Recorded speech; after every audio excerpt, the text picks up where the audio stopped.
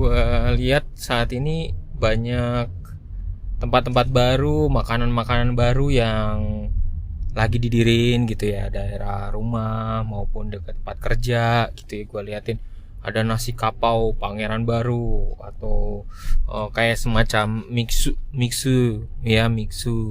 itu juga ada yang jenis-jenis widring segala macam yang gue lihat di sini. Ada satu tempat misalnya di situ ada cucian, ada eh, apa eh, ada cucian mobil, cucian kiloan baju, terus kemudian ada minuman widring juga, ada es kopi juga. Jadi lagi intens tahun ini, tahun 2024, mulai banyak pembangunan lagi usai dari pandemi yang berlangsung sejak 2020 selama 3 tahun ya. Jadi akhirnya harus menunggu dulu pandemi sendiri reda, 2020, 21, 22 ya kan, 22, 23 lagi mulainya kembali lagi rasa kepercayaan diri, terus tapi masih make masker. Sekarang udah mulai orang-orang udah mulai banyak juga di mall yang gue lihat udah pada ngelepas masker juga gitu ya, walaupun gue sendiri juga masih pakai masker. Memakai masker akhirnya menjadi kesadaran bagi diri sendiri gitu, untuk jaga diri gitu, karena pembelajaran pandemi ya 2000.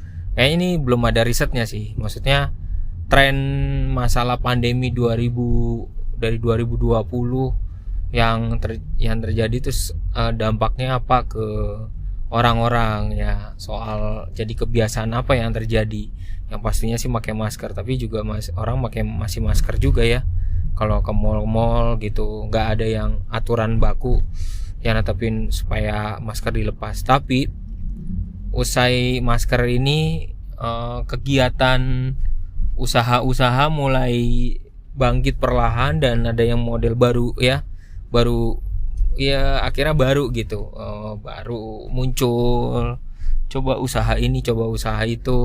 Nah kemudian gue juga bingung tuh mereka dapat donaturnya dari mana ya, investasinya, atau mungkin aja dapat dari investor angel investor, kebalik ya tuh, kita nggak tahu juga. Tapi ini fenomena menarik ya, bahwa orang mulai membangun usaha, mulai bangkit ya, dan semoga pas banget juga presiden baru kepilih juga ya, calon presidennya kepilih. Moga-moga Indonesia dibawa ke arah yang sangat baik gitu ya, di bawah kepemimpinan Pak Prabowo gitu ya. Semoga melangkah lebih baik, bisa melanjutkan keberlanjutan dari Pak Jokowi ya, karena pembangunannya juga makin banyak. Gua deket kantor gue juga ada pembangunan MRT ya, yang MRT ya, LRT kayaknya, LRT disambung dari Kelapa Gading terus ke Velodrome, terus kemudian disambung sampai Manggarai.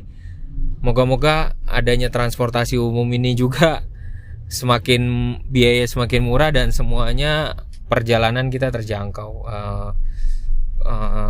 Gue dengar juga perkeretaapian juga, KRL dan perkeretaapian yang sudah dibenahi, justru dari biasanya jadi rugi sekarang jadi surplus ya. Jadi karena emang harus dibenerin sih, tergantung siapa yang ngebenerin dan bersama timnya siapa gitu ya, leadernya siapa, timnya itu siapa. Jadi sangat ngaruh banget ya untuk perbaikan ke depannya gitu. Dan harus ada sistemnya, karena kalau nanti ganti pimpinan sistemnya nggak bener ya udah, nanti berantakan lagi di tangannya siapa gitu kan. Nah jadi semoga Indonesia makin maju, makin bener di tangan orang-orang yang bener ya, pimpinannya juga bener. Kadang-kadang gue masih ingat banget sebelum Pak Jokowi itu terpilih ya, jauh-jauh sebelum Pak Jokowi terpilih, orang ada yang meramalkan atau melihat ada Satrio Piningit ya, Satrio Piningit ya kayaknya ya gitu, jagoan yang bakal jadi satria suatu hari nanti, dimana saat itu banyak publik mengalami ketidakpercayaan pada pemerintah gitu.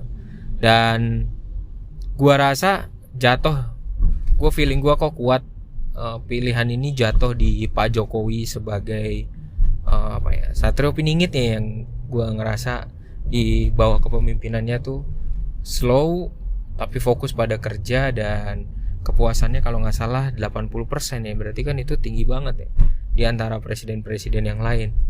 Hebat kan? Jadi atau enggak memang karena momennya, pas momennya.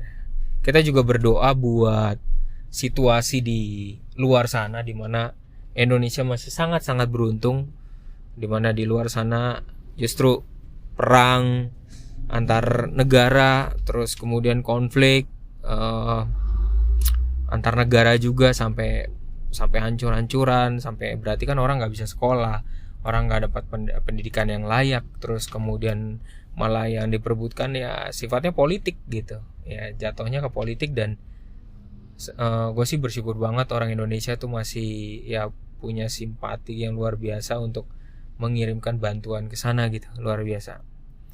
Thank you buat hari Minggu ini, selamat berhari Minggu teman-teman, dan selamat gajian juga.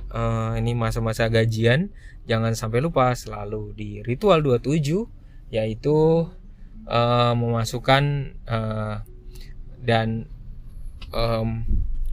menata keuangan Anda, bikin laporan keuangan, terus kemudian menginvestasikan dulu, baru Anda pakai sisanya uangnya, atau kalau Anda punya utang ya jangan sampai lupa untuk dibayar dulu utangnya ya gitu. Dan juga terakhir, selamat sekali lagi buat teman-teman yang mungkin di kantornya ya, di tempat kalian bekerja itu pas banget kemarin pas lebaran Anda dapat uang gaji, uang THR, terus apalagi kalau misalnya dapat uang bonus, waduh itu double 3 tuh. Tuh kalau kayak gitu, apa yang terjadi? Apakah Anda akan menghabiskannya gitu kan? Selalu itu menjadi tanda tanya besar kalau Anda malah menghabiskannya dan berfoya-foya gitu ya. Itu malah kesempatan emas Anda untuk mengawali investasi Anda. Sayang banget makanya. Dan memang saat ini karena perang yang terjadi, emas menjadi tinggi karena kurs mata uangnya juga jatuh karena satu sama lain berpengaruh ya gitu. Semoga membantu hal ini teman-teman. Jangan sampai lupa gue juga naruh rekomendasi saham untuk hari Senin di YouTube gua, channel YouTube gua. Ketik aja Jurnal Lembu ya di YouTube gua, channel YouTube gua. Jadi nggak follow juga nggak apa-apa, nggak subscribe juga nggak apa-apa, tapi gua ada kasih rekomend di situ untuk saham nanti kalau untuk hari Senin bagi teman-teman yang udah berencana untuk membeli saham. Oke, bye bye.